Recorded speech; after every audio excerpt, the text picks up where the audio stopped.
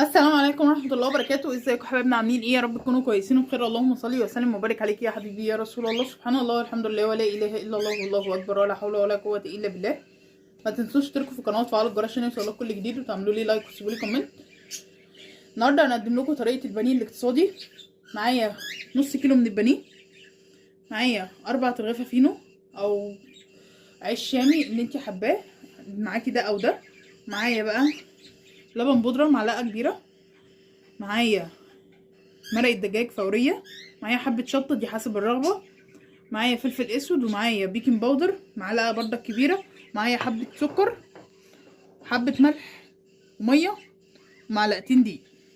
تمام. اللهم صل وسلم وبارك عليك يا حبيبي يا رسول الله. سبحان الله والحمد لله ولا اله الا الله والله اكبر ولا حول ولا قوة الا بالله. نسمي ونقول بسم الله. معايا بقى هنا الفينو اهو، انا قطعته كده وهنزل عليه بالميه. معايا كوبايه ميه، تكون اهم حاجه تكون دافيه. تمام.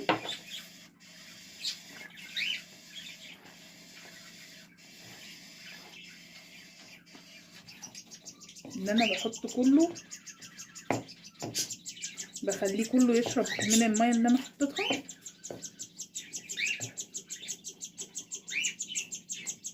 تمام. اللهم صل وسلم وبارك عليك يا حبيبي يا رسول الله. سبحان الله والحمد لله ولا اله الا الله والله اكبر ولا حول ولا قوه الا بالله.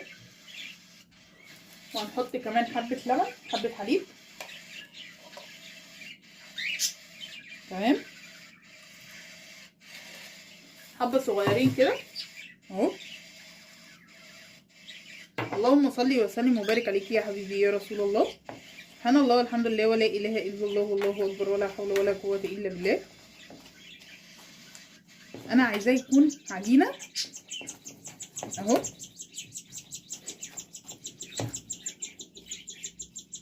شايفين ده كده الفينو معايا بقى الكبه بتاعتي. هنزل بالبانيه. هبدأ بقى ان انا اضربه الاول قبل اي حاجه، من غير اي شيء. هضرب البانيه الاول من غير ولا توابل ولا ملح ولا سكر ولا اي شيء.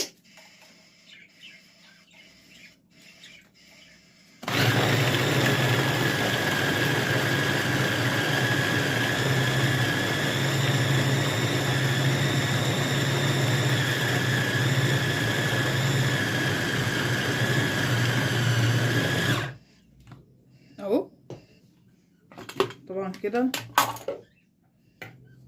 بقى عجينه. شايفين فرم اهو.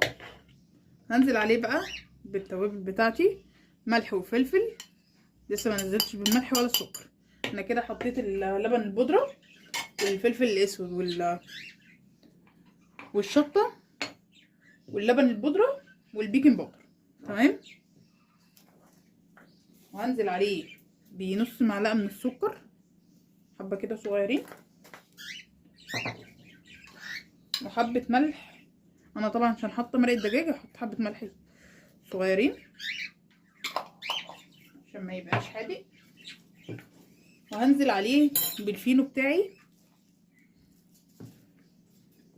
نبدأ ننزله كده.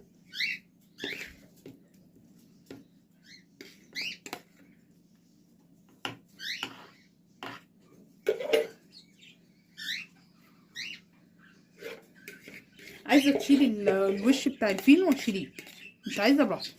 يعني انا قبل كده عملت لكم هو زي الناجتس، بس احنا هنعمله ايه على قطع كبيره، يعني قطعه زي قطعه البانيه كده.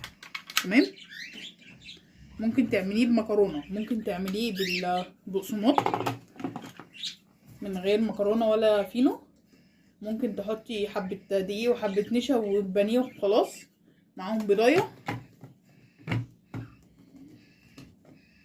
تمام. اللهم صل وسلم وبارك عليك يا حبيبي يا رسول الله.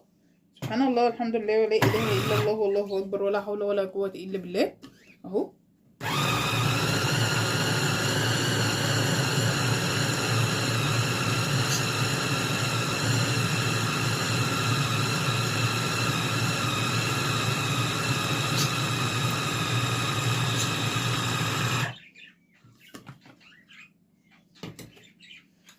احنا كده بضربه.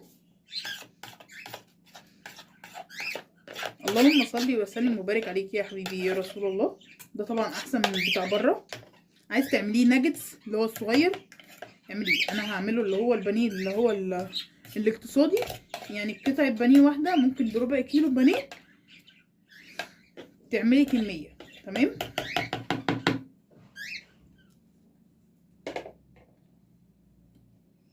انا هنزل عليها بالدقيق.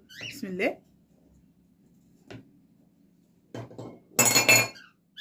وهضرب بقى كل ده كويس جدا، وبعد كده ارجع لكم تاني.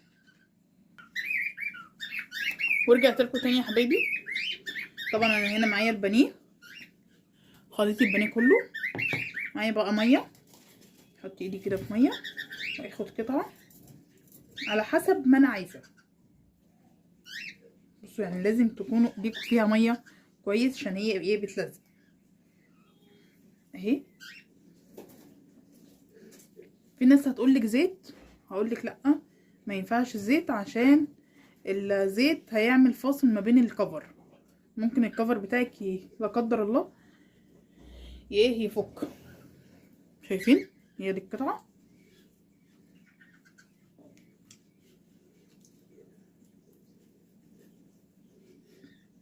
قطعه كده صغيره مش كبيره قوي.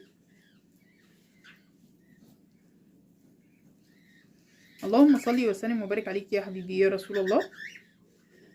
سبحان الله والحمد لله ولا اله الا الله والله اكبر ولا حول ولا قوه الا بالله.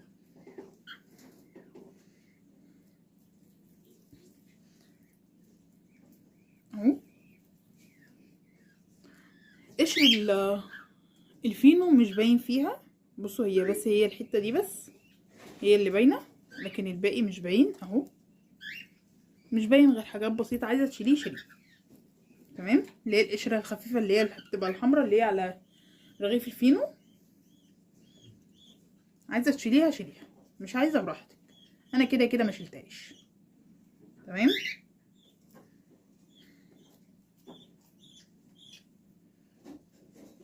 اهو. اللهم صل وسلم وبارك عليك يا حبيبي يا رسول الله. سبحان الله والحمد لله ولا اله الا الله والله اكبر ولا حول ولا قوه الا بالله.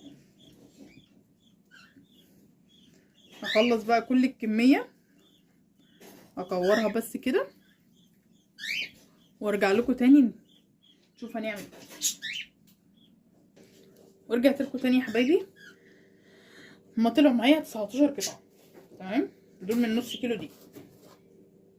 انا بقى هنا عامله خلطه الفيجيتار. بقسماط عليه دقيق عليه نشا عليه حبه فيجيتار من السايب عليه اللهم صل على النبي عليه بيكنج باودر عليه مرق دجاج عليه ملح عليه فلفل عليه كل حاجه. تمام. اللهم صل وسلم وبارك عليك يا حبيبي يا رسول الله. هبدا بقى اخد واحده كده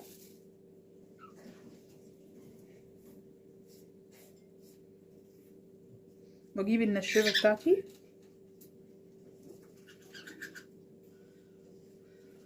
هبدا افردها.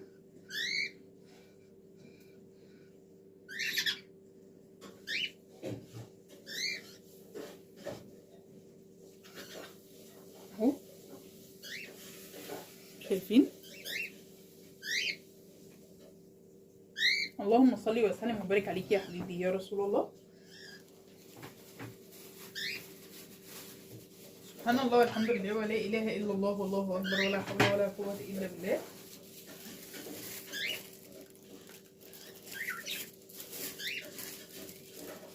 انا معايا بقى هنا اي علبه تخش التلاجة اهي.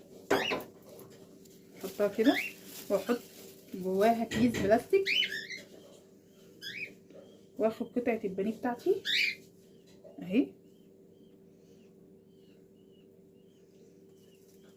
قطعه البانيه الاقتصادي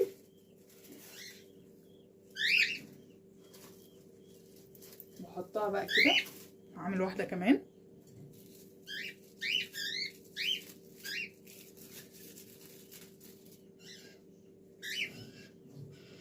اهو لازم نغلفها من فوق ومن تحت بطبقه بقسماط وعليه كريسبي. البقسماط ده عليه كريسبي بس مطحون. اللي انت عايزاه حطيه على البقسماط، مش ملزمه باللي انا حطيته. تمام. في ناس بتحط دقيق ذره، في ناس بتحط دقيق عادي. انا حطيت دقيق عادي. ان شاء الله هجرب لكم اللي هو بالدقيق الذره. نعمل الفيجيتار اللي هو بتاع بره، اللي هو الجاهز اللي احنا بنجيبه من بره. بس انا عشان عندي كميه كبيره من البقسماط عشان كده ممكن ما اعملهوش دلوقتي، وممكن اعمله لكم اهو. دي طبعا مش هنحمرها غير اما تتحط في الفريزر شويه اهو. ده كده اول طبقه. هخلص كل الكميه بنفس الطريقه، وبعد كده ارجع لكم تاني بقى. في هنشيله للرمضان، ممكن تشيلي منه لتفريزات رمضان. في ممكن تشيلي تحطيه في التلاجة تستخدميه وقت ما انت عايزه. هينفع جايه مستعجله مثلا، جايه في وقت ضيق، مثلا لو موظفه جايه في الوقت خلاص بقى وقت الفطار، مثلا جايه الساعه 4:30 مفضلش غير ساعه ولا ساعه ونص معاكي، ممكن تطلعي حتتين البانيه جنب حبه مكرونه وحبه رز وخلاص، وكده الفطار بتاعنا. ده لو احنا في رمضان. لو احنا في الايام العاديه برضك كذلك ممكن تعمليه جنب خضار سوتيه، جنب خضار مشوي، اللي انت حباه. تمام. هخلص بقى كل الكميه بنفس الطريقه، وبعد كده ارجع لكم تاني.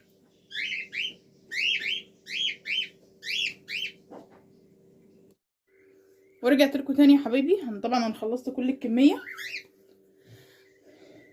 حطيتها كده في العلبه وهحطها في الفريزر شويه لمده مثلا ساعتين او ممكن يوم بحاله. بعد كده اطلعها نحمرها مع بعض. تمام. شوف بقى هنعمل جنبيها اي اكل جنبيها. ورجعت لكم تاني يا حبايبي. طبعا احنا تاني يوم عملنا محشي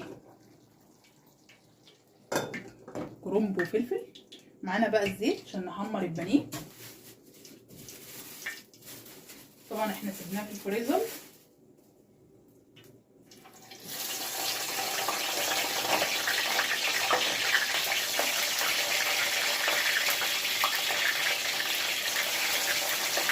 اللهم صل وسلم وبارك عليك يا حبيبي يا رسول الله. سبحان الله والحمد لله ولا اله الا الله والله اكبر ولا حول ولا قوه الا بالله. احنا ما بنملاش الطاسه ولا بنيجي جنبيها. بصوا يعني انا بملاش الطاسه زيت ولا باجي جنب البانيه، غير ان انا بفككه بس كده شويه. هو كده بيفك مع نفسه. تمام. يبقى انا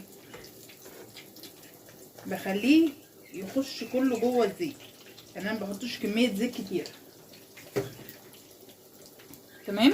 اللهم صل وسلم وبارك عليك يا حبيبي يا رسول الله. سبحان الله والحمد لله ولا اله الا الله والله اكبر ولا حول ولا قوه الا بالله. طبعا بنطلعه على مصفى او بتطلعيه على مناديل مطبخ، بس احسن لك اللي هي على مصفى احسن عشان يبقى مقرمش معاكي. تمام. اللهم صل وسلم وبارك عليك يا حبيبي يا رسول الله. سبحان الله والحمد لله ولا اله الا الله والله اكبر ولا حول ولا قوه الا بالله. معايا بقى هنا المصفى. عايز تطلعيه على شبكه طلعيه. انا كده هبدا اقلب. بصوا لازم نفكك كده بالراحه عشان الكفر بتاعك ما يفكش. شايفين لونه.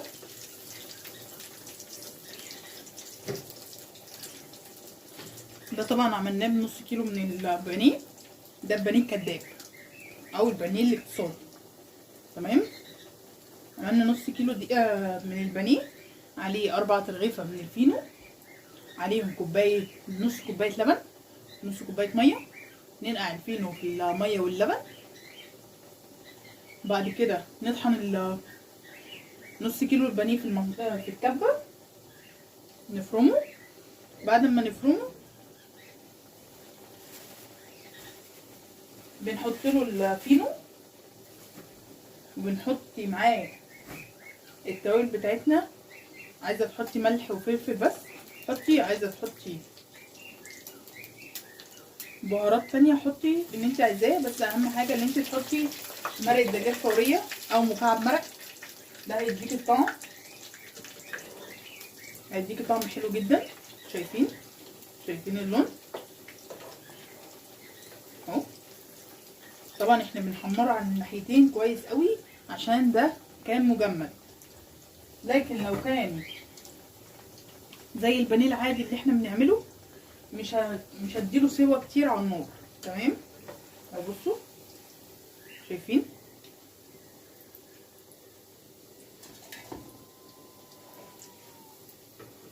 شايفينه ده كده اللون بتاعه.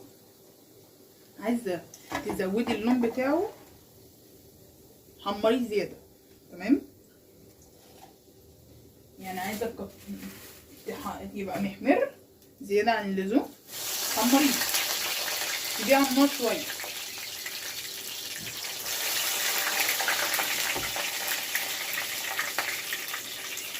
اللهم صل وسلم وبارك عليك يا حبيبي يا رسول الله. سبحان الله والحمد لله ولا اله الا الله والله اكبر ولا حول ولا قوه الا بالله. نحط بقى الرابعه، نخلص كل الكميه بنفس الطريقه يكون المحشي كمان استوى، بعد كده هنقدمه مع بعض. وكده حبايبنا الشكل النهائي للبانيه الاقتصادي بتاعنا. اللهم صل وسلم وبارك عليك يا حبيبي يا رسول الله. طبعا قدمناه جنبي محشي كرنب وفلفل، وقدمنا جنبيه المخلل اللي احنا كنا عاملينه رمضان. طبعا هو استوى. اللهم صل وسلم وبارك عليك يا حبيبي يا رسول الله. تعالوا بقى نشوف قطعة البانيه مستوية ولا لأ. اهي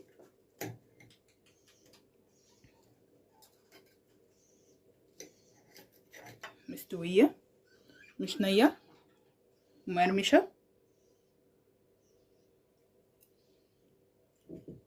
اللهم صل وسلم وبارك عليك يا حبيبي يا رسول الله. سبحان الله والحمد لله ولا اله الا الله والله اكبر ولا حول ولا قوه الا بالله. ما تنسوش تشتركوا في القناه وتفعلوا الجرس عشان يوصلكوا كل جديد، وتعملوا لي لايك وتسيبوا لي كومنت. والسلام عليكم ورحمه الله وبركاته.